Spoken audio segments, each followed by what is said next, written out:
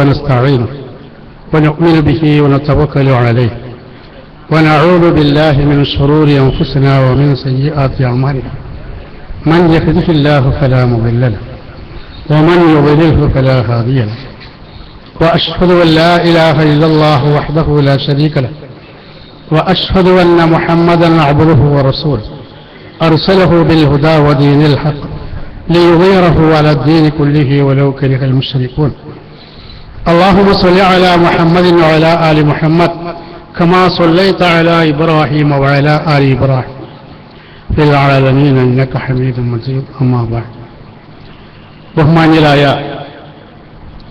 നേതാക്കന്മാരെ, വിശിഷ്യ ഈ സ്റ്റേജിൽ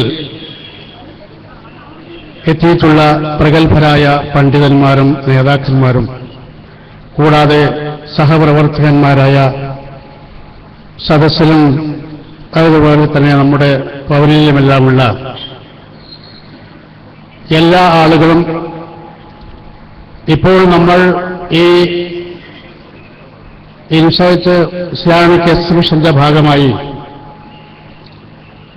6ാമത്തെ വിജയകരമായ അള്ളാഹുവിന്റെ അനുഗ്രഹത്തോടുകൂടിയുള്ള വിജയകരമായ ദിവസത്തിന്റെ സായാഹ്ന സന്ദർഭങ്ങളിൽ നമ്മൾ ഒരുക്കിയിട്ടുള്ള വിവിധ വിഷയങ്ങളെ ചർച്ച ചെയ്തുകൊണ്ടുള്ള സമ്മേളനത്തിന്റെ ഇന്നത്തെ നവോത്ഥാന സമ്മേളനമാണ് ഇവിടെ നടക്കാനിരിക്കുന്നത്. ഈ സമ്മേളനം ഉദ്ഘാടനം ചെയ്യുന്നതിന് നമ്മുടെ കേരള വിദ്യാഭ്യാസ മന്ത്രി നമ്മുടെ ഇൻസൈറ്റ് സൈറ്റിൽ എത്തിക്കഴിഞ്ഞു. അദ്ദേഹം അവിടെ ഷാളുകൾ സന്ദർശിച്ചുകൊണ്ടിരിക്കുകയാണ്. ഈ സന്ദർഭത്തിൽ അധ്യക്ഷൻ എന്ന നിലയ്ക്ക് 1-2 കാര്യങ്ങൾ മാത്രം ഞാൻ സൂചിപ്പിക്കുകയാണ്. ഇസ്ലാഹി പ്രസ്ഥാനത്തിന് നവോത്ഥാനത്തെ സംബന്ധിച്ചിടത്തോളം ചിന്തിക്കുമ്പോഴും അതിന്റെ കാര്യങ്ങൾ ഏത് രൂപത്തിൽ, എന്ത് നവോത്ഥാനമാണ് നമ്മൾ ആരംഭിക്കേണ്ടത്, അത് എങ്ങനെയായിരിക്കണം എന്നെല്ലാം വ്യക്തമായ കാഴ്ചപ്പാടുകളുണ്ട്.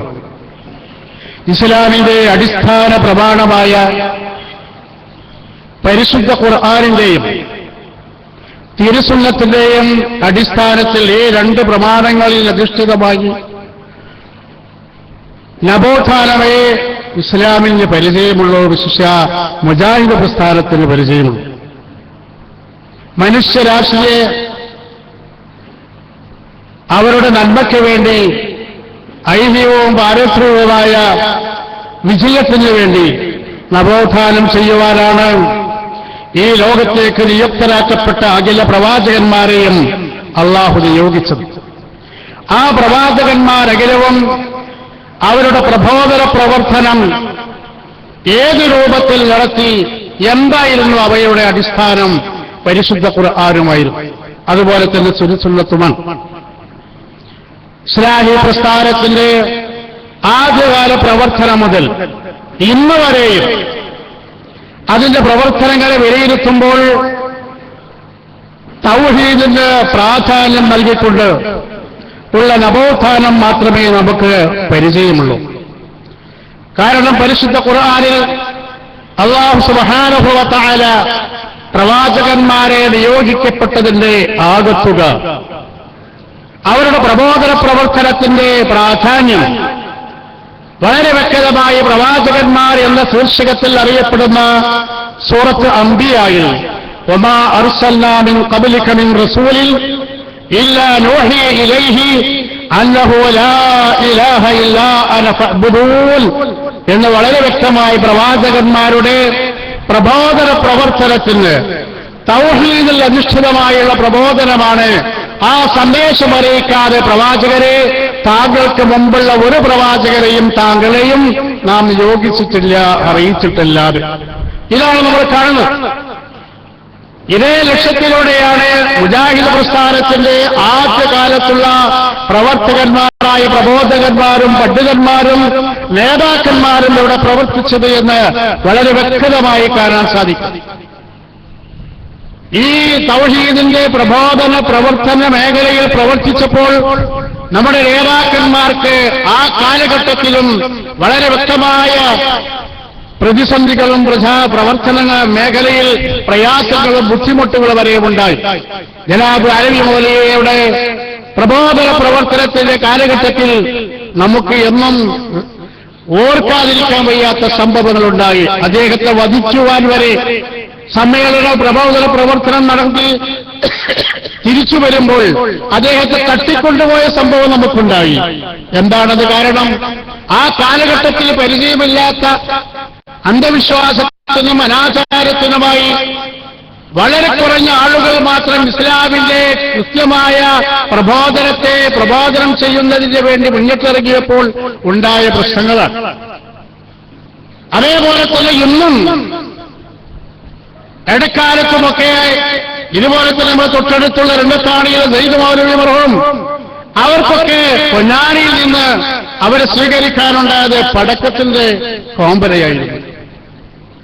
ഇന്നും ഈ രംഗത്ത് പ്രവർത്തിക്കുന്ന ആളുകൾക്ക് കഴിഞ്ഞ ആഴ്ചയിൽ വരെ നമുക്കറിയാം ഉണ്ടായത് വടക്കൻ ജില്ലയിൽ കോഴിക്കോടിന്റെ വടക്കൻ ജില്ലയിൽ പേരാമ്പ്ര ഭാഗത്തുണ്ടായത് സലാഹുദ്ദീൻ മൗലവിക്ക് മാരകമായ രൂപത്തിൽ തന്നെ അപകടപ്പെടുത്തുവാൻ ബോംബെറിയപ്പെട്ടു. എന്താണ്? മയക്കത്തോടുകൂടി വിട്ടുവീഴ്ചയോടുകൂടി തൗഹീദിന് നവോത്ഥാന പ്രവർത്തനങ്ങൾ കൈയാളുന്ന ആളുകൾക്ക് ഇത്തരത്തിലുള്ള പ്രയാസങ്ങൾ ഉണ്ടാവില്ല. ഒരു വിട്ടുവീഴ്ചയും ആ വിഷയത്തിലില്ലാതെ മുജാഹിദ് പ്രവർത്തനങ്ങൾ, മുജാഹിദ് നേതാക്കന്മാർ അന്നും ഇന്നും ഈ രംഗത്ത് വിട്ടുവീഴ്ചയില്ലാതെ പ്രബോധനത്തിലിറങ്ങി നവോത്ഥാനത്തിന് മുന്നിറങ്ങുമ്പോഴുണ്ടായ പ്രയാസങ്ങളാണ് പ്രവർത്തകന്മാർ നിരാശപ്പെടേണ്ടതില്ല. യഥാർത്ഥമായ നവോത്ഥാനം ആരിവിടെ നടത്തുന്നുവോ അവർക്ക് ഇത്തരത്തിലുള്ള പ്രയാസങ്ങൾ ഉണ്ടാകുമെന്നതിന് ജീവിക്കുന്ന തെളിവുകളാണ് കഴിഞ്ഞ ആഴ്ചയിലും ഉണ്ടായത്. ഇതുപോലെ തന്നെ രണ്ടാമത്തെ പ്രമാണമായ ഹദീസ്, അല്ലാഹുവിന്റെ പ്രവാചകന്റെ ജീവിതം, അതോടൊപ്പം പ്രവർത്തനത്തിലൂടെ, വാക്കുകളിലൂടെ, അംഗീകാരത്തിലൂടെ എല്ലാം നമുക്ക് കാണിച്ചു തരുന്ന ഹദീസിന് പ്രാധാന്യം നൽകിക്കൊണ്ട്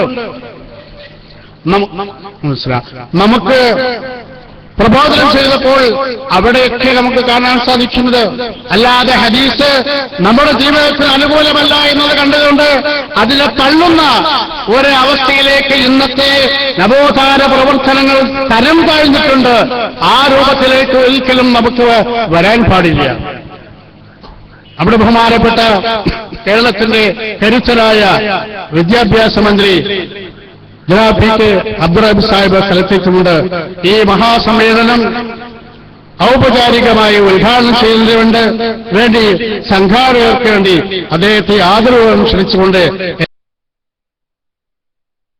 എന്റെ വാക്കുകൾ ഞാൻ ഉപസരിക്കുന്നു.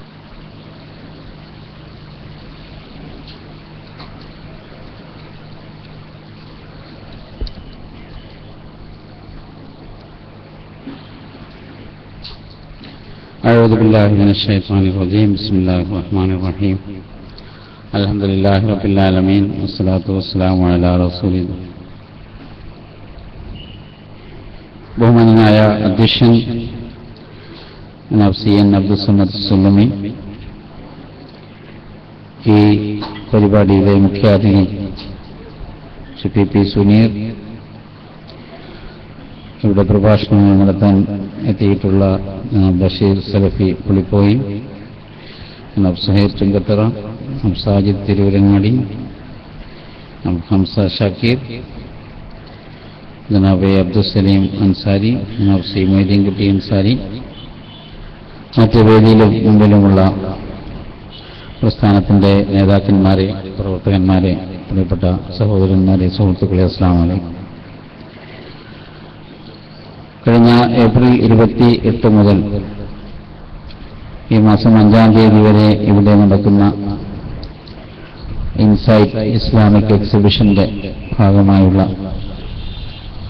നവോത്ഥാന സമ്മേളനത്തിലാണ് നമ്മളിവിടെ ഒരുമിച്ച് കൂടിയിട്ടുള്ളത്. ഈ ദിവസങ്ങളിൽ ഇസ്ലാമിനെക്കുറിച്ചും ഖുർആനിനെക്കുറിച്ചും നബിചര്യയെക്കുറിച്ചുമൊക്കെയുള്ള ഒട്ടേറെ പ്രഭാഷണങ്ങൾ ഈ വേദിയിൽ നടക്കുകയുണ്ടായി എന്ന് ഞാൻ മനസ്സിലാക്കുന്നു. ഇനി വരാനിരിക്കുന്ന ദിവസങ്ങളിലും അതുപോലെ ഖുർആനിലേക്കും അതുപോലെ തന്നെ ഇസ്ലാമിലേക്കും വെളിച്ചം വീശുന്ന ഒട്ടേറെ പ്രഭാഷണങ്ങൾ ഈ വേദിയിൽ നടക്കാനിരിക്കുകയാണ്. തീർച്ചയായും എല്ലാ കാലഘട്ടങ്ങളിലേക്കുമുള്ള ഒരു പരിപൂർണ ഗ്രന്ഥമായി ഖുർആൻ അവതരിപ്പിക്കപ്പെട്ടു. മഹാനായ റസൂൽ കരീം സല്ലല്ലാഹു അലൈഹി വസല്ലമയുടെ ജീവിതം ഖുർആനിന്റെ അടിസ്ഥാനത്തിലുള്ള അദ്ദേഹത്തിന്റെ പ്രവർത്തനങ്ങൾ അത് രണ്ടും മുറുകെ പിടിച്ചുകൊണ്ട് മുന്നോട്ട് പോകുവാനുള്ള ആഹ്വാനമാണ് ഇസ്ലാം അംഗീകരിക്കുന്നത്, നമ്മൾ പിൻപറ്റി മുന്നോട്ട് പോകുന്നത്. 1400 വർഷങ്ങൾക്ക് മുമ്പ് ഖുർആനിൽ സൂചിപ്പിക്കപ്പെട്ട കാര്യങ്ങൾ നമ്മൾ പിന്നിട്ട വർഷങ്ങളിലൂടെ ഓരോന്നോരോന്നായി നേരത്തെ മനുഷ്യനോ ശാസ്ത്രമോ കണ്ടുപിടിക്കാത്ത ഒട്ടേറെ അത്ഭുതങ്ങൾ മറനീക്കി പുറത്തു വന്നുകൊണ്ടിരിക്കുന്നത് നമ്മൾ കാണുകയാണ്. മനുഷ്യ ബുദ്ധിക്ക് ഇനിയും മനസ്സിലാക്കാനോ കണ്ടുപിടിക്കാനോ കഴിഞ്ഞിട്ടില്ലാത്ത ഒട്ടേറെ അത്ഭുതങ്ങൾ ഇനിയും ഖുർആനിൽ ഒളിഞ്ഞുകിടപ്പുണ്ട് എന്ന് നമുക്കറിയാം. കാരണം ലോകാവസാനം വരെയുള്ള മനുഷ്യരാശിക്ക് മാർഗദർശനമായി ഇറങ്ങിയിട്ടുള്ള ഖുർആനും അതുപോലെ തന്നെ അന്ത്യപ്രവാചകന്റെ പ്രവർത്തനങ്ങളും തീർച്ചയായും മറ്റെല്ലാ മതങ്ങളിൽ നിന്നും വ്യത്യസ്തമായി മതപരമായ പ്രവർത്തനങ്ങളുമായി മുന്നോട്ട് പോകുവാൻ ഈ സമുദായത്തിന് അതുവഴി സാധിക്കുന്നു എന്നുള്ളതാണ് വസ്തുത. നവോത്ഥാന പ്രവർത്തന രംഗത്ത് കുറെ വർഷങ്ങളായി നമ്മുടെ സംസ്ഥാനത്തും രാജ്യത്തുമൊക്കെ നടന്നുകൊണ്ടിരിക്കുന്ന പ്രവർത്തനങ്ങൾ ഇസ്ലാമിനെ കുറിച്ച് കൂടുതൽ അടുത്തറിയുവാൻ ഈ സമുദായത്തിൽപ്പെട്ടവർക്ക് മാത്രമല്ല മറ്റ് സമുദായത്തിലെ അംഗങ്ങൾക്കും അവസരമൊരുക്കിയിട്ടുണ്ട് എന്നുള്ളത് നമുക്കറിയാവുന്ന വസ്തുതയാണ്. ഞാൻ ഇങ്ങോട്ട് വരുമ്പോൾ ഇവിടെ സന്ദർശിച്ച ഈ ഇസ്ലാമിക് എക്സിബിഷൻ വളരെയേറെ അത്ഭുതത്തോടുകൂടി നോക്കിക്കണ്ട ഒട്ടേറെ കാര്യങ്ങൾ അതിലുണ്ട്. അതുകൊണ്ട് തന്നെ ഞാൻ വരുമ്പോൾ എന്നോട് സൂചിപ്പിക്കുകയുണ്ടായി, മറ്റ് മതസ്ഥരായിട്ടുള്ള ആളുകൾ ഇവിടെ വരികയും ഈ എക്സിബിഷൻ സന്ദർശിക്കുകയും അതിലെ കാര്യങ്ങൾ മനസ്സിലാക്കുകയും ചെയ്തു എന്ന് സംഘാടകർ എന്നോട് സൂചിപ്പിക്കുകയുണ്ടായി. തീർച്ചയായും ഒരുപക്ഷെ നമ്മൾ ഇതിനു മുമ്പ്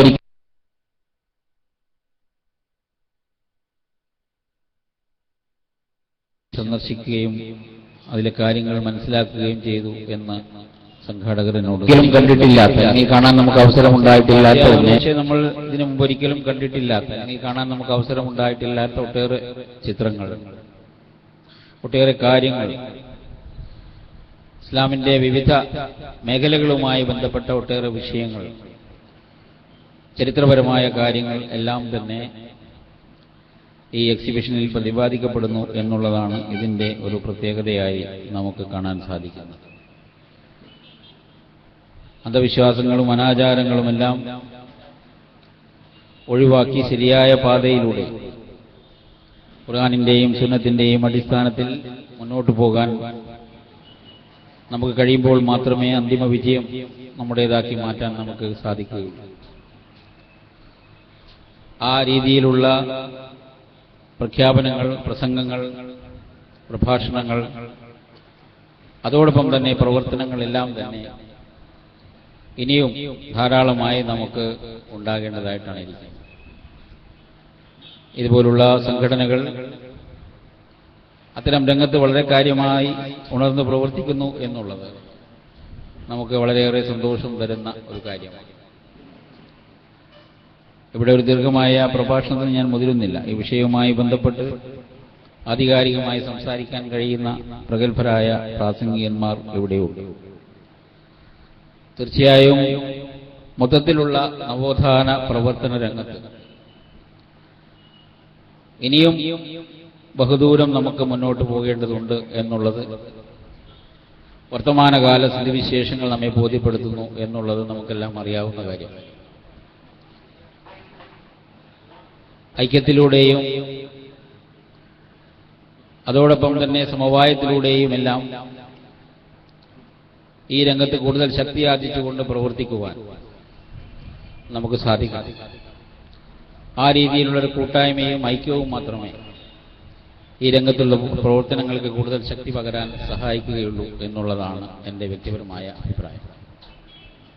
തീർച്ചയായും ഈ 7 ദിവസങ്ങളിലായി നടക്കുന്ന ഇവിടുത്തെ പരിപാടികൾ നവോത്ഥാന പ്രവർത്തന രംഗത്തും അതുപോലെ തന്നെ ഇസ്ലാഹി പ്രവർത്തന രംഗത്തുമെല്ലാം വലിയ തോതിലുള്ള ബോധവൽക്കരണവും പുതിയ ആളുകൾക്ക് പഠനവും നടത്താൻ കഴിയുന്ന ഒരു വലിയ സംഭവമാക്കി മാറ്റുവാൻ ഇതിന്റെ സംഘാടകർക്ക് സാധിച്ചിട്ടുണ്ട് എന്നാണ് എൻ്റെ വിശ്വാസം. അതിന് പിന്നിൽ പ്രവർത്തിച്ച മുഴുവൻ വ്യക്തികളെയും മുത്തുകണ്ഠം അഭിനന്ദിക്കുവാൻ ഞാൻ ഈ അവസരം ഉപയോഗിക്കുകയാണ്. തീർച്ചയായും ഈ 7 ദിവസങ്ങളിലായി നടക്കുന്ന ഈ പരിപാടികൾ തീർച്ചയായും മതപ്രബോധന രംഗത്ത് അതുമായി ബന്ധപ്പെട്ട പ്രവർത്തനങ്ങളുടെ രംഗത്ത് കൂടുതൽ ശക്തിയോടുകൂടി മുന്നേറാൻ നമുക്ക് പ്രചോദനമാകട്ടെ എന്ന് ആത്മാർത്ഥമായി ആശംസിച്ചുകൊണ്ട് ഈ നവോത്ഥാന സമ്മേളനം നിങ്ങളുടെ എല്ലാം അനുവാദത്തോടുകൂടി സർവ്വശക്തനായ നാഥന്റെ നാമത്തിൽ ഉദ്ഘാടനം ചെയ്തതായി പ്രഖ്യാപിച്ചുകൊണ്ട് എൻ്റെ വാക്കുകൾ അവസാനിപ്പിക്കുന്നു. അസ്സലാമു അലൈക്കും.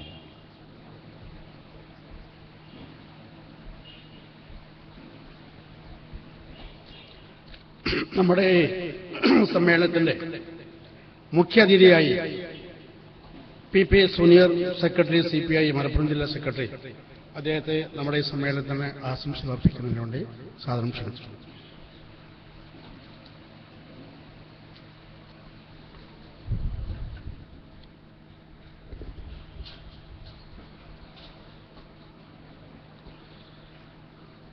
പ്രിയമുള്ള യോഗാധ്യക്ഷൻ, ഈ നവോത്ഥാന സമ്മേളനം ഉദ്ഘാടനം ചെയ്ത കേരളത്തിൻ്റെ ബഹുമാന്യായ വിദ്യാഭ്യാസ വകുപ്പ് മന്ത്രി ശ്രീമാൻ PK അബ്ദുൾ റബ്ബ്, ഇവിടെ വിവിധ വിഷയങ്ങളിൽ സംസാരിക്കുന്നതിന് വേണ്ടി എത്തിച്ചേർന്നിട്ടുള്ള വേദിയിലെ പ്രഗത്ഭരായ വ്യക്തിത്വങ്ങളെ, പ്രിയമുള്ള സുഹൃത്തുക്കളെ, സഹോദരന്മാരെ, കഴിഞ്ഞ 28 മുതൽ ഈ 5-ാം തീയതി വരെ ഈ ചങ്കുവെട്ടിയിൽ സംഘടിപ്പിക്കുന്ന ഇസ്ലാമിക് എക്സിബിഷനുമായി ബന്ധപ്പെട്ടുള്ള ഈ നവോത്ഥാന സമ്മേളനത്തിൽ വളരെ ആധികാരികമായി തന്നെ ഈ വിഷയങ്ങൾ അവതരിപ്പിക്കാൻ കഴിയാവുന്ന മഹാത്ഭുതം ഖുർആൻ എന്ന വിഷയത്തെ അധികരിച്ചുകൊണ്ട് വളരെ ആധികാരികമായി അതിൻ്റെ എല്ലാ തത്വസംഹിതകളുടെയും ആഴങ്ങളിലേക്ക് ഇറങ്ങിച്ചെന്ന് വിഷയത്തെക്കുറിച്ച് സംസാരിക്കാൻ കഴിയാവുന്ന അതിപ്രഗത്ഭരായ നിരവധി ആളുകൾ ഈ വേദിയിലുണ്ട്. അത്തരമൊരു വിഷയത്തെക്കുറിച്ച് ആധികാരികമായുള്ള വലിയ പരിജ്ഞാനമില്ലാത്ത ഒരാളെന്നുള്ള നിലയിൽ അതിൻ്റെ വിശദാംശങ്ങളിലേക്കൊന്നും തന്നെ കടന്നുപോകാൻ ഈ അവസരത്തിൽ ഞാൻ ആഗ്രഹിക്കുന്നില്ല. നിങ്ങൾക്കൊക്കെ അറിയാവുന്നതുപോലെ ഏതാണ്ട് 10,700ഓളം വർഷങ്ങൾ പഴക്കമുള്ള ലോകത്തിലെ തന്നെ ഏറ്റവും പ്രഗത്ഭമായ തത്വശാസ്ത്രങ്ങളുടെ കൂട്ടത്തിൽ ചർച്ച ചെയ്യപ്പെടുന്ന ഒന്നാണ് നമ്മളെല്ലാവരും വിശ്വസിക്കുന്ന ഇസ്ലാമിക പ്രത്യയശാസ്ത്രം. ലോകത്ത് ഈ പ്രത്യയശാസ്ത്രം ആരംഭിക്കുന്ന കാലം മുതൽ തന്നെ ഇന്നുവരെയും അതിശക്തമായ എതിർപ്പുകളെയും അതിശക്തമായ വെല്ലുവിളികളെയും ഒക്കെ അതിജീവിച്ചുകൊണ്ട് തന്നെയാണ് ഈ പ്രത്യയശാസ്ത്രം മുന്നോട്ട് പോയിട്ടുള്ളത്. ഇവിടെ നൽകിയിട്ടുള്ള ഈ നവോത്ഥാന സമ്മേളനം എന്ന പേര് തന്നെ ഈ കാലഘട്ടത്തിലും ഈ പ്രത്യയശാസ്ത്രം രൂപം കൊണ്ട കാലഘട്ടത്തിലും ഒക്കെ തന്നെ ചരിത്രപരമായ ദൗത്യം നിറവേറ്റിയ ഏറ്റവും പ്രധാനപ്പെട്ട ദൗത്യം എന്നുള്ള നിലയിൽ ആ സമൂഹത്തെ നവോത്ഥാനവൽക്കരിക്കുന്നതിന് വേണ്ടി, സമൂഹത്തിനാകെ നവോത്ഥാനപരമായ പ്രവർത്തനങ്ങൾ സംഘടിപ്പിക്കുന്നതിന് വേണ്ടിയുള്ള ഒരു ഒന്നാന്തരം പ്രത്യയശാസ്ത്രം എന്നുള്ള രീതിയിലാണ് ഇതൊക്കെ അവതരിപ്പിക്കപ്പെട്ടത്. അതുകൊണ്ട് തന്നെ നൂറ്റാണ്ടുകളായി ലോകത്തിന്റെ വിവിധ പ്രദേശങ്ങളിൽ കോടാനുകോടി മനുഷ്യരെ സ്വാധീനിക്കുകയും അവരുടെ ജീവിത ലക്ഷ്യമായി കണക്കാക്കുകയും ചെയ്യുന്ന ഈ മഹത്തായ പ്രത്യയശാസ്ത്രത്തിന് ഒരുപാട് വെല്ലുവിളികളും പ്രയാസങ്ങളും നേരിടേണ്ടി വന്നിട്ടുണ്ട്. ജന്മം കൊണ്ട കാലഘട്ടത്തിൽ തന്നെ അതിശക്തമായ ചെറുത്തുനിൽപ്പുകളും ആ രൂപം കൊണ്ട രാജ്യങ്ങളിലെ ഭരണാധികാരികളുടെ ചക്രവർത്തിമാരുടെ ഒക്കെ തന്നെ അന്ധവിശ്വാസങ്ങളിലും അനാചാരങ്ങളിലും അധിഷ്ഠിതമായ അന്നത്തെ ഭരണ സാമൂഹ്യ വ്യവസ്ഥിതിയുടെ ഒക്കെ തന്നെ കടന്നാക്രമണങ്ങളെ അതിജീവിച്ചുകൊണ്ട് അതിനെല്ലാം വെല്ലുവിളിച്ചുകൊണ്ടാണ് ഈ പ്രത്യയശാസ്ത്രം ചരിത്രത്തിൽ മുന്നോട്ട് പോയിട്ടുള്ളത്. ഇന്നും നമ്മൾ മനസ്സിലാക്കുന്നത് ലോകത്തിന്റെ വിവിധ പ്രദേശങ്ങളിൽ അതിശക്തമായ വെല്ലുവിളിയാണ് ഈ പ്രത്യയശാസ്ത്രത്തിന് നേരിട്ടുകൊണ്ടിരിക്കുന്നത്. ഇന്ന് ലോകത്തെ മാനവരാശിയെ ഏതാണ്ട് ലോക മാനവരാശിയിൽ മതവിശ്വാസികളായ ആളുകളിൽ രണ്ടാം സ്ഥാനത്തുള്ള മതവിശ്വാസമാണ് ഇസ്ലാമിക മതവിശ്വാസവും അതിന്റെ അനുസരിച്ച് പ്രവർത്തിക്കുന്ന ജനവിഭാഗവും. ലോകത്ത് ക്രിസ്തുമതം കഴിഞ്ഞാൽ ഏറ്റവും കൂടുതൽ ആളുകൾ ഇസ്ലാം മതവിശ്വാസികളായിട്ടുള്ള ആളുകളാണ്. എന്നാൽ പല സ്ഥലങ്ങളിലും ഈ മതവിഭാഗങ്ങൾ തമ്മിലുള്ള പോരാട്ടവും അതോടൊപ്പം തന്നെ സാമ്രാജ്യത്വ ആഗോളവൽക്കരണം എന്നൊക്കെ പറയുമ്പോൾ അതിന്റെ ഒരു ഭാഷ അല്പം കടന്നുപോകുമെങ്കിൽ പോലും നമ്മൾ കണ്ടുവരുന്നത് കൃത്യമായി അത്തരമൊരു അജണ്ട നടപ്പിലാക്കുന്നതിന്റെ ഭാഗമായി ലോക ഭൂപടത്തിൽ നിന്ന് തന്നെ വംശഹത്യയ്ക്ക് വിധേയമായിക്കൊണ്ടിരിക്കുന്ന ഒരു മതമാണ്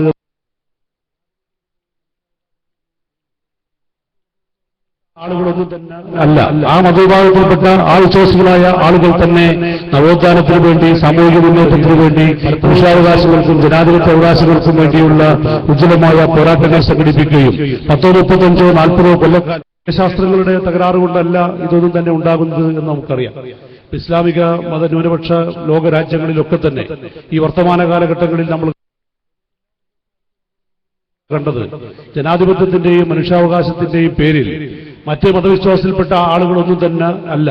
ആ മതവിഭാഗത്തിൽപ്പെട്ട ആ വിശ്വാസികളായ ആളുകൾ തന്നെ നവോത്ഥാനത്തിനു വേണ്ടി, സാമൂഹിക മുന്നേറ്റത്തിനു വേണ്ടി, മനുഷ്യാവകാശങ്ങൾക്കും ജനാധിപത്യ അവകാശങ്ങൾക്കും വേണ്ടിയുള്ള ഉജ്ജ്വലമായ പോരാട്ടങ്ങൾ സംഘടിപ്പിക്കുകയും 10, 35, 40 കൊല്ലക്കാലം ഈ ഇസ്ലാമിക മതവിശ്വാസങ്ങളുടെ അടിസ്ഥാനത്തിൽ ശരീഅത്തും ശറഉമൊക്കെ പറഞ്ഞുകൊണ്ട് ഭരിച്ച ഭരണാധികാരികളെ തെരുവിലിട്ട് പട്ടിയെ തല്ലിക്കൊല്ലുന്നത് പോലെയുള്ള കാഴ്ച നമ്മൾ കണ്ടതാണ്. ലോകത്തെല്ലാ പ്രത്യയശാസ്ത്രത്തിനും ഈ രീതിയിലുള്ള വെല്ലുവിളികളും പ്രയാസങ്ങളും പരിമിതികളും പലപ്പോഴും നമ്മൾ കണ്ടുവരുന്നുണ്ട്. അതിനെ അതിജീവിച്ച് എങ്ങനെ മുന്നോട്ട് പോകാൻ കഴിയുമെന്നുള്ളതാണ് എല്ലാ അർത്ഥത്തിലും എല്ലാ കാലഘട്ടങ്ങളിലും നമ്മളൊക്കെ ചർച്ച ചെയ്തുകൊണ്ടിരിക്കുന്നത്. ഇപ്പൊ ഞങ്ങളൊക്കെ വിശ്വസിക്കുന്ന, പ്രദാനം ചെയ്യുന്ന കമ്മ്യൂണിസ്റ്റ് പ്രത്യയശാസ്ത്രത്തിനും സോവിയറ്റ് യൂണിയൻ ഉൾപ്പെടെയുള്ള ലോകത്തിലെ ഒരുപാട് രാജ്യങ്ങളിൽ ഏതാണ്ട് ലോകത്തിന്റെ മാനവരാശിയിൽ 60-65% വരുന്ന ജനവിഭാഗങ്ങൾ അധിവസിക്കുന്ന ഭൂപ്രദേശങ്ങളിൽ ഒരു കാലത്ത് ശക്തമായ രാഷ്ട്രീയ ഭരണപരമായ സ്വാധീനമുണ്ടായിരുന്ന ഒരു കാലഘട്ടം ഉണ്ടായിരുന്നു. അന്ന് അതിന് ഒരുപാട് പരിമിതികളെക്കുറിച്ചും പ്രയാസങ്ങളെക്കുറിച്ചും പറഞ്ഞിരുന്നു. പ്രത്യേകിച്ച് ഇസ്ലാം മതവിശ്വാസികളായ ആ പ്രത്യയശാസ്ത്രവുമായി പോലും ഒരുപാട് ഏറ്റുമുട്ടലുകളും പ്രയാസങ്ങളും ഉണ്ടായിരുന്നു. ആ രാജ്യങ്ങളിൽ ചൈന ഉൾപ്പെടെ, സോവിയറ്റ് യൂണിയൻ ഉൾപ്പെടെയുള്ള പല രാജ്യങ്ങളിലും മതവിശ്വാസികളായ ആളുകൾക്ക് നേരെ കടന്നാക്രമണം നടക്കുന്നു. മതവിശ്വാസത്തിന് വലിയ വെല്ലുവിളിയാണ്, ഭീഷണിയാണ് എന്നുള്ള രീതിയിലൊക്കെയുള്ള ഒരുപാട് പ്രചാരണങ്ങളും പ്രവർത്തനങ്ങളും നമ്മൾ കണ്ടതാണ്. എന്നാൽ അത്തരത്തിലുള്ള കമ്മ്യൂണിസ്റ്റ് പ്രത്യയശാസ്ത്രത്തിന്റെ ആ പ്രസക്തിയൊക്കെ അവസാനിച്ച് ഭരണകൂടങ്ങൾ അത്തരത്തിലുള്ള സ്ഥാപനങ്ങളൊക്കെ അവസാനിച്ചു പോയതിനു ശേഷം ആ രാജ്യങ്ങളിൽ അതിനുശേഷമുണ്ടായിട്ടുള്ള പരിവർത്തനങ്ങളെക്കുറിച്ച് പരിശോധിക്കുമ്പോൾ ഏതായിരുന്നു തെറ്റ്, ഏതായിരുന്നു ശരി എന്നുള്ള ഒരു ആത്മപരിശോധന നടത്തുമ്പോൾ തീർച്ചയായും ഒരു നവോത്ഥാന കാലഘട്ടത്തിൽ അതിനെക്കുറിച്ചുള്ള ആഴമേറിയ ചർച്ചയും വിശകലനവും നിർബന്ധമായി നടത്തേണ്ട ഒരു കാലഘട്ടത്തിലാണ് നമ്മൾ ജീവിച്ചു പോകുന്നത്. ഞാൻ സൂചിപ്പിച്ചത് ഈ പ്രത്യയശാസ്ത്രങ്ങളൊക്കെ നേരിടുന്ന ഏറ്റവും പ്രധാനപ്പെട്ട വെല്ലുവിളികൾ ഒന്ന് ആന്തരികമായി അതിനുള്ളിൽ തന്നെ ഉണ്ടാകുന്ന ആ പ്രത്യയശാസ്ത്രത്തെ പൂർണ്ണമായി ഉൾക്കൊള്ളാനും മനസ്സിലാക്കാനും അതിന്റെ യഥാർത്ഥ പ്രചാരകന്മാരായി മുന്നോട്ടു പോകാനും സാധിക്കാത്ത അല്പജ്ഞാനികളായ ആളുകൾ ഉണ്ടാക്കുന്ന അപകടവും അതിന്റെ പേരിൽ ഭരണാധികാരത്തിൽ വന്ന ഭരണാധികാരികളായ ആളുകൾ പിന്നീട് കാണിക്കുന്ന ഏകാധിപത്യവും കുടുംബാധിപത്യവും അത്തരത്തിലുള്ള സ്വേച്ഛാധിപത്യപരമായ നടപടികളും ഒക്കെ തന്നെ ഒരു ഭാഗത്ത് ശക്തമായ ആന്തരികമായ വെല്ലുവിളികൾ ഈ പ്രത്യയശാസ്ത്രങ്ങൾക്കൊക്കെ നേരെ ഉയർന്നു വന്നിട്ടുണ്ട്. അതിനേക്കാൾ ശക്തമായി ഇന്ന് നമ്മൾ കണ്ടുവരുന്നത് ലോകത്തൊരു കൃത്യമായ അജണ്ട നടപ്പിലാക്കുന്നതിന്റെ ഭാഗമായി പ്രത്യേകിച്ച് 2001 സെപ്റ്റംബർ മാസം 17-ാം തീയതിയിലെ വേൾഡ് ട്രേഡ് സെന്റർ ആക്രമണത്തിന് ശേഷം ലോകത്തെ മുസൽമാനൊക്കെ തന്നെ ഒരു പുതിയ നിർവചനം നൽകിക്കൊണ്ട് വിശേഷിപ്പിക്കുന്നുണ്ട്. ലോകത്തെല്ലാ മുസൽമാനും, ലോകത്തെ മുഴുവൻ മുസ്ലിങ്ങളും തീവ്രവാദികളല്ല, എന്നാൽ ലോകത്തെ തീവ്രവാദികളെല്ലാം മുസ്ലിങ്ങളാണ് എന്ന ഒരു പ്രഖ്യാപിതമായ മുദ്രാവാക്യം തന്നെ ലോക മാനവരാശിയെ കൊണ്ട് അംഗീകരിപ്പിക്കുന്ന രീതിയിലേക്ക് ഈ സാമ്രാജ്യത്വ മുതലാളിത്ത രാഷ്ട്രീയ അജണ്ട അത് ആ ഒരു രീതിയിൽ തന്നെ വ്യാപിച്ചിട്ടുണ്ട് എന്നുള്ളത് നിസ്സംശയം നമുക്ക് മനസ്സിലാക്കാൻ കഴിയും. ഇപ്പൊ നമ്മുടെ രാജ്യത്തു നിന്ന് പോകുന്ന ഉന്നതരായ ഭരണാധികാരികളെ ലോകം മുഴുവൻ അംഗീകരിക്കുന്ന പ്രഗത്ഭരായ ഭരണതന്ത്രജ്ഞന്മാരെയും രാഷ്ട്രീയ നേതാക്കന്മാരെയും കലാ സാംസ്കാരിക പ്രവർത്തകന്മാരെയും ഒക്കെ തന്നെ അമേരിക്കയിലേക്ക് കടന്നു ചെല്ലുമ്പോൾ ഉണ്ടാകുന്ന അനുഭവം ഓരോ ദിവസവും നമ്മൾ കണ്ടുകൊണ്ടിരിക്കുകയാണ്. ഇപ്പോ അതുമായി ബന്ധപ്പെട്ടുകൊണ്ടുള്ള വലിയ ചർച്ച നടക്കുകയാണ്. പ്രധാനമന്ത്രി ഉൾപ്പെടെയുള്ള ഈ രാജ്യത്തെ ഏറ്റവും ഉന്നതരായ ഭരണാധികാരികളെ, ലോകത്തിലെ ഏറ്റവും വലിയ ജനാധിപത്യ രാജ്യമായ ഇന്ത്യയിലെ ഭരണാധികാരികൾ, പ്രധാനമന്ത്രി ഉൾപ്പെടെയുള്ള ആളുകളോടൊപ്പം അമേരിക്കയിലേക്ക് കടന്നുപോകുന്ന ഒരു മുസ്ലിം പത്രലേഖകനുണ്ടാകുന്ന അനുഭവം നമ്മൾ കാഴ്ചവെച്ചു. ഉത്തർപ്രദേശിൽ നിന്ന് അടുത്തിടെ പോയ ഒരു മന്ത്രി, മുഖ്യമന്ത്രിയോടൊപ്പം പോയ ഒരു മുസ്ലിം നവതാരിയായ മന്ത്രിക്ക് അവിടെ ഉണ്ടാവേണ്ടി വന്ന ദുരനുഭവം നമ്മൾ പത്രങ്ങളിൽ വായിക്കുന്നു. കമൽഹാസൻ എന്ന പേര് മുസ്ലിമാണോ എന്ന് തെറ്റിദ്ധരിച്ചുകൊണ്ട് മമ്മൂട്ടിയെ പോലെയുള്ള, ഷാരൂഖ് ഖാനെ പോലെയുള്ള, ഡോക്ടർ APJ അബ്ദുൽ കലാമിനെ പോലെയുള്ള അത്ര പ്രഗത്ഭരായ ആളുകളെ, വിവിധ മേഖലകളിൽ കഴിവ് തെളിയിച്ച ആളുകളെ പോലും ലോകത്തിലെ മുഴുവൻ മനുഷ്യരും നോക്കി നിൽക്കുമ്പോൾ പരസ്യമായി വിചാരണ ചെയ്യുന്ന, പരസ്യമായി സംശയത്തിന്റെ സൂചിമുനയിൽ നിർത്തുന്ന ഒരു കാലഘട്ടം നമ്മുടെ മുമ്പിൽ ഉയർന്നു വന്നിരിക്കുന്നു. എന്താണ് ഇന്നത്തെ രാജ്യം, ഇന്നത്തെ ലോകം നേരിടുന്ന വെല്ലുവിളി, ലോകത്തെ പ്രത്യയശാസ്ത്രങ്ങൾ നേരിടുന്ന വെല്ലുവിളി എന്ന് കൃത്യമായി തരംതിരിച്ചറിയാൻ കഴിയാത്ത ഒരു അജണ്ട വളരെ ആസൂത്രിതമായി നമ്മുടെ ലോകത്തെമ്പാടും നടപ്പിലാക്കിക്കൊണ്ടിരിക്കുന്ന ഒരു കാഴ്ച നമ്മൾ കണ്ടുകൊണ്ടിരിക്കുകയാണ്. നമ്മുടെ വലിയ സാമ്പത്തിക ശേഷിയുള്ള ന്യൂനപക്ഷ ലോകരാജ്യങ്ങൾ ആ ലോകരാജ്യങ്ങളെ സഹായിക്കുന്നു എന്ന വ്യാജേന യഥാർത്ഥത്തിൽ അവരെ ചൂഷണം ചെയ്യാനും പാപ്പരാക്കുന്നതിനും വേണ്ടിയുള്ള രാഷ്ട്രീയ സാമ്പത്തിക അജണ്ടകൾ കൃത്യമായി നടപ്പിലാക്കുന്ന ഒരു ലോക രാഷ്ട്രീയ രംഗം നമ്മുടെ മുമ്പിൽ വളരെ വ്യക്തമായി രൂപപ്പെട്ടു വന്നുകൊണ്ടിരിക്കുകയാണ്. അപ്പോഴും നമുക്ക് പ്രതികരിക്കാൻ സാധിക്കുന്നുണ്ടോ, പ്രതിഷേധിക്കാൻ സാധിക്കുന്നുണ്ടോ എന്നുള്ളത് വളരെ കൃത്യമായി ഈ നവോത്ഥാന സമ്മേളനം നടത്തുന്ന, അത്തരം മുദ്രാവാക്യങ്ങൾ ഉയർത്തുന്ന, അത്തരം ആശയങ്ങളെക്കുറിച്ച് ചർച്ച ചെയ്യുന്ന വേളകളിൽ, ഇത്തരം സന്ദർഭങ്ങളിൽ എന്താണ് യഥാർത്ഥ മതവിശ്വാസിക്ക് ഈ കാലഘട്ടത്തിൽ നിറവേറ്റാനുള്ളത് എന്ന് അവനവനോട് തന്നെ ചോദിക്കേണ്ട ഏറ്റവും ആപൽക്കരമായ ഒരു കാലഘട്ടത്തിലൂടെയാണ് നമ്മൾ ജീവിച്ചു മുന്നോട്ട് പോകുന്നത്. ഇവിടെ നിസ്സാരമായ വാദപ്രതിവാദങ്ങളും തർക്കങ്ങളും ഉയർത്തിക്കൊണ്ട് പൊതുസമൂഹത്തിന് മുമ്പിൽ അപമാനിതരാകുന്ന ഒരു സാഹചര്യം, ഈ പുരോഗമനമൊക്കെ അവകാശപ്പെടുന്ന, ഇത്ര വലിയ നേട്ടങ്ങൾ കൈവരിച്ച ഈ കാലഘട്ടങ്ങളിൽ പോലും ഏറെ നിർഭാഗ്യകരമായി ഉണ്ടായിപ്പോകുന്നു എന്നുള്ളത് അക്ഷരാഭ്യാസമുള്ള, അത്യാവശ്യത്തിലേറെ സാമാന്യ ബോധവും വിദ്യാഭ്യാസവും യോഗ്യതകളും ഒക്കെ ഉള്ള ആളുകൾ പോലും എന്താണ് ഈ കാലഘട്ടത്തിന്റെ വെല്ലുവിളി എന്ന് തിരിച്ചറിയാൻ സാധിക്കാതെ, എന്താണ് നവോത്ഥാന മൂല്യങ്ങൾ ആവശ്യപ്പെടുന്നത്, എന്താണ് മതവിശ്വാസിയോട് ഈ കാലഘട്ടം ആവശ്യപ്പെടുന്നത് എന്ന് തിരിച്ചറിയാൻ സാധിക്കാതെ ഇരുട്ടിൽ തപ്പുന്ന ഒരു കാഴ്ച വളരെ വളരെ വേദനയോടുകൂടി നമ്മൾ നോക്കി നിൽക്കേണ്ട ഒരു സാഹചര്യം നമ്മുടെ മുമ്പിലുണ്ട്. ഞാൻ സൂചിപ്പിച്ചത്, ഏത് പ്രത്യയശാസ്ത്രത്തിൽ വിശ്വസിക്കുന്ന ആളുകളാണെങ്കിലും ശരി, ആ പ്രത്യയശാസ്ത്രത്തിൽ നിന്ന് വഴിതെറ്റിപ്പോകാൻ ഒരുപാട് അനുകൂലമായ ഘടകങ്ങൾ നമ്മുടെ ലോകത്ത് ഓരോ രാജ്യങ്ങളിലും രൂപപ്പെട്ടു വരുന്നുണ്ട്. അതിന് അനുകൂലമായി നിന്നുകൊണ്ട് അത്തരത്തിൽ പ്രത്യയശാസ്ത്രങ്ങളിൽ നിന്ന് വ്യതിചലിച്ചുകൊണ്ട് മുന്നോട്ട് പോകുന്ന ദുരനുഭവം ലോകത്തിന്റെ വിവിധ കോണുകളിൽ എല്ലാ പ്രത്യയശാസ്ത്രത്തിൽപ്പെട്ട ആളുകളും നേരിട്ട് കഴിഞ്ഞ ഒരു കാലഘട്ടത്തിലാണ് നമ്മൾ മുന്നോട്ട് പോകുന്നത്. അതുകൊണ്ട് തന്നെ തീർച്ചയായും ഇന്ന് ഈ പ്രത്യയശാസ്ത്രത്തിൽ വിശ്വസിക്കുന്ന ആളുകൾ നേരിടുന്ന ഏറ്റവും പ്രധാനപ്പെട്ട വെല്ലുവിളി എന്താണ് എന്ന് തിരിച്ചറിയാനും ആ വെല്ലുവിളിയെ, ആ പ്രതിസന്ധിയെ എങ്ങനെ മുറിച്ചു കടക്കാൻ സാധിക്കുമെന്ന് കൃത്യമായി തരംതിരിച്ചറിയാനും സാധിച്ചില്ലെങ്കിൽ നമ്മുടെ ഈ എല്ലാ അധ്വാനവും വൃഥാവിലായി പോകുമെന്ന ഏറ്റവും പ്രയാസകരമായ ഒരു സാഹചര്യം ഓർമ്മപ്പെടുത്താൻ മാത്രമേ ഈ അവസരത്തിൽ ഞാൻ തയ്യാറാകുന്നുള്ളൂ. കൂടുതൽ കാര്യങ്ങളെ കുറിച്ചൊക്കെ സംസാരിക്കാൻ ഇവിടെ അതിപ്രഗത്ഭരായ ആളുകൾ ഇവിടെ ഇരിക്കുന്നുണ്ട്.